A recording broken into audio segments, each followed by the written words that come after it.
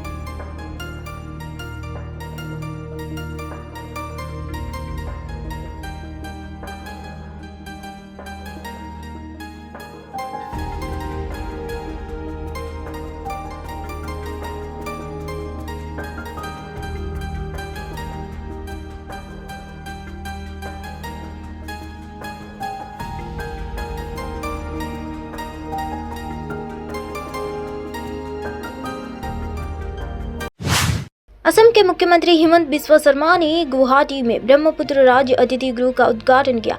उद्घाटन के दौरान वरिष्ठ मंत्री रेणुका बुइया शर्मा और अन्य अधिकारी भी उपस्थित थे।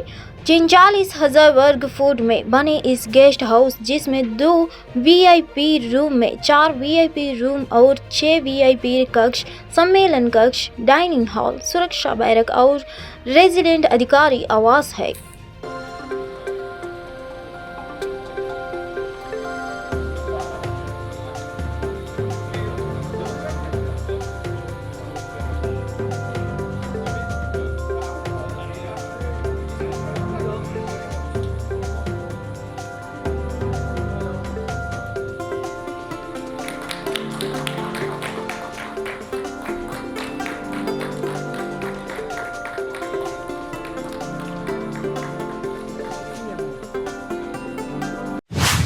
शिमला के पास भूस्खलन से प्रभावित क्षेत्रों में बचाव प्रयासों के लिए पश्चिम वायु कमान का चिनूक हेलीकॉप्टर ने एक ही उड़ान में 18 भारतीय सेनाओं का जवान और 3 टन मिनी डोजर को एयरलिफ्ट किया। लगातार बारिश हिमाचल प्रदेश के कुछ हिस्सों में बाढ़ का कहर जारी है, जहां पिछले कुछ हफ्तों से भारी बारिश हो रही है, जिसके कारण इमारतों और संपत्तियों को नुकसान हुआ है। हिमाचल प्रदेश में भारी बारिश के कारण भूस्खलन, बादल फटने और सड़क अवरुद्ध होने से कम 55 लोगों की जान चली गई है।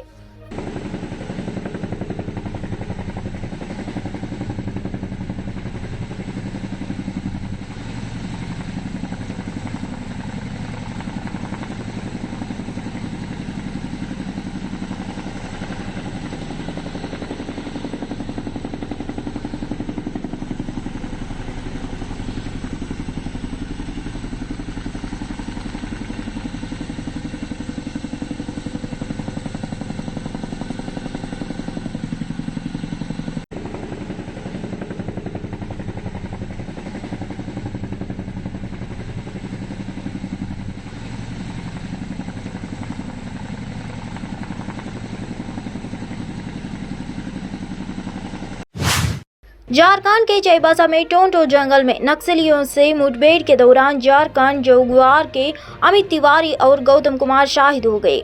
दोनों शहीदों को पार्थिव शरीर रिम्स में पोस्टमार्टम के बाद देर शाम झारखंड जगुआर के मुख्यालय लाया गया, झारखंड जगुआर मुख्यालय में राज्यपाल सीपी राधाकृष्णन और सीएम हेमंत सोरेन सहित राज्य से मुख्य सचिव से लेकर गृह सचिव और दूसरे लोगों ने श्रद्धांजलि दी। इस मौके पर शहीद के परिजनों से राज्यपाल और मुख्यमंत्री ने मुलाकात कर उन्हें सांत्वना दी। मुख्यमंत्री हेमंत सोरेन ने कहा कि सरकार राज्य में नक्सली गतिविधि को काबू में करने का प्रयास कर रही है। झारखंड जगुआर के 2 जवानों को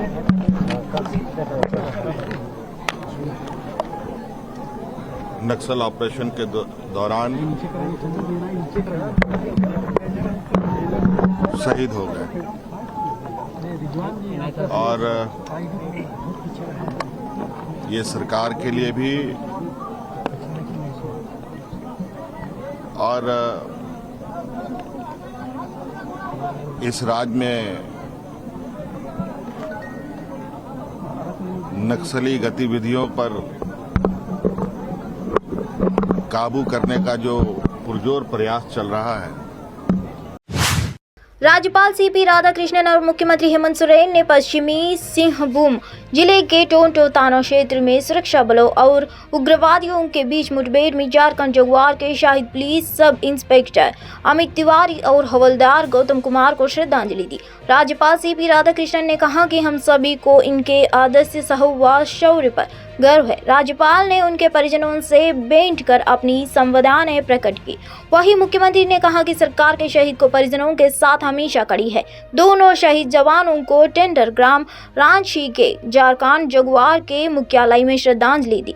इस दौरान मुख्य सचिव सुखदेव सिंह, गृह विभाग के अपर मुख्य सचिव अविनाश कुमार और पुलिस महानिदेशक अजय कुमार सिंह समेत कई वरीय पुलिस पदाधिकारी ने शहीद जवानों के पार्थिव शरीर पर माल्यार्पण कर उनकी शहादत को नमन किया।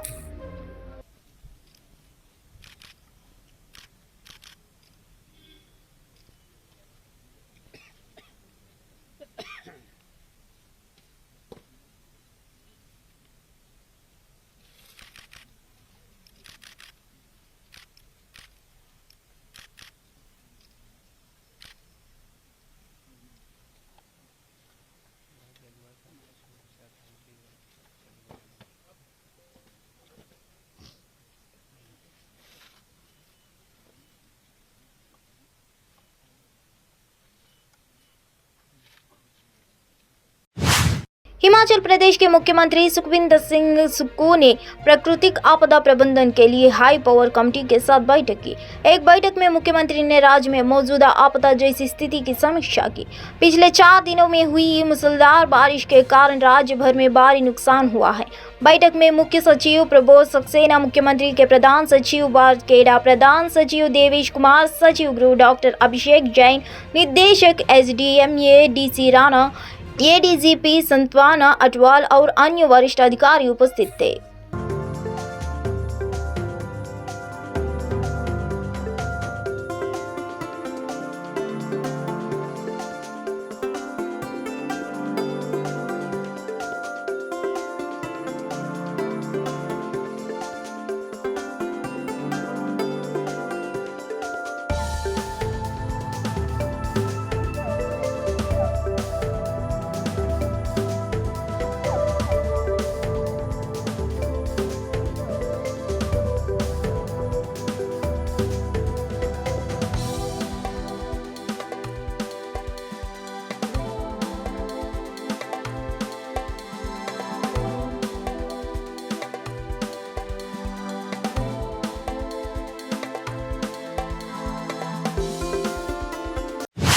राजस्थान के मुख्यमंत्री अशोक गहलोत ने मुख्यमंत्री निःशुल्क अन्नपूर्ण काग पैकेज योजना शुरू की।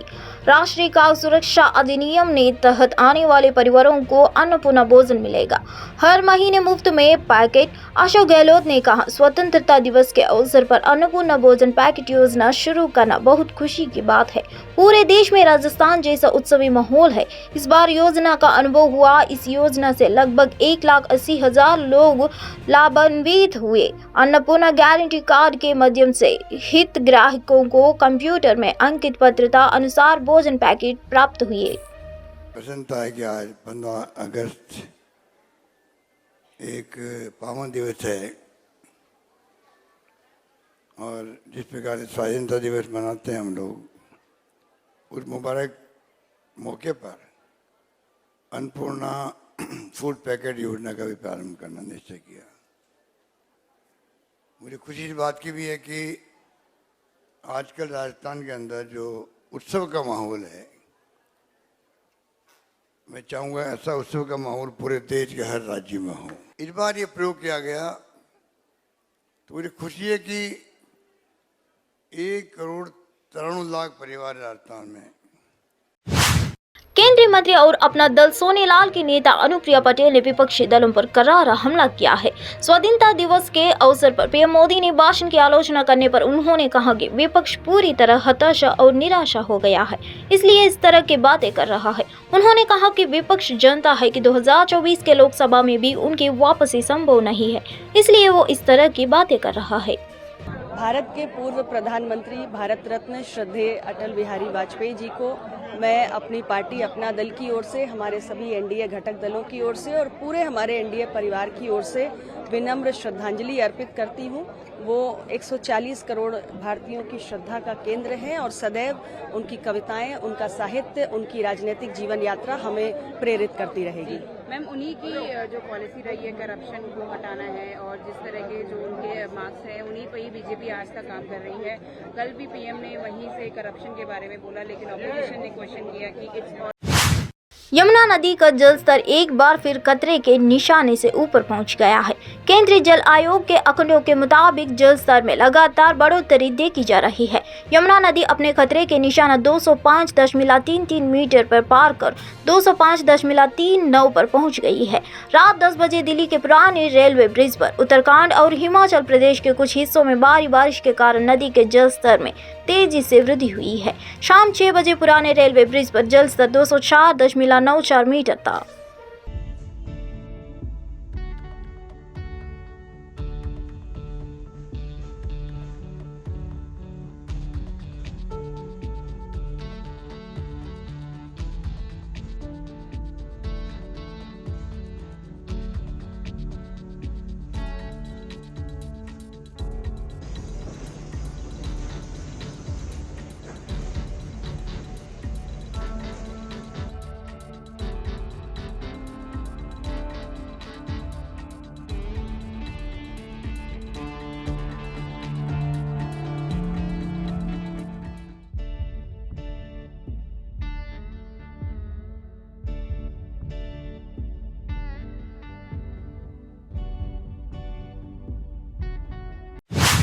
कल भारत ने अपने 77वां स्वतंत्रता दिवस मनाया। इस मौके पर हिज़्ब उल मुजाहिदीन आतंकवादी इरशाद अहमद के भाई बशीर अहमद ने अपना आवाज़ पर राष्ट्रीय ध्वज फहराया।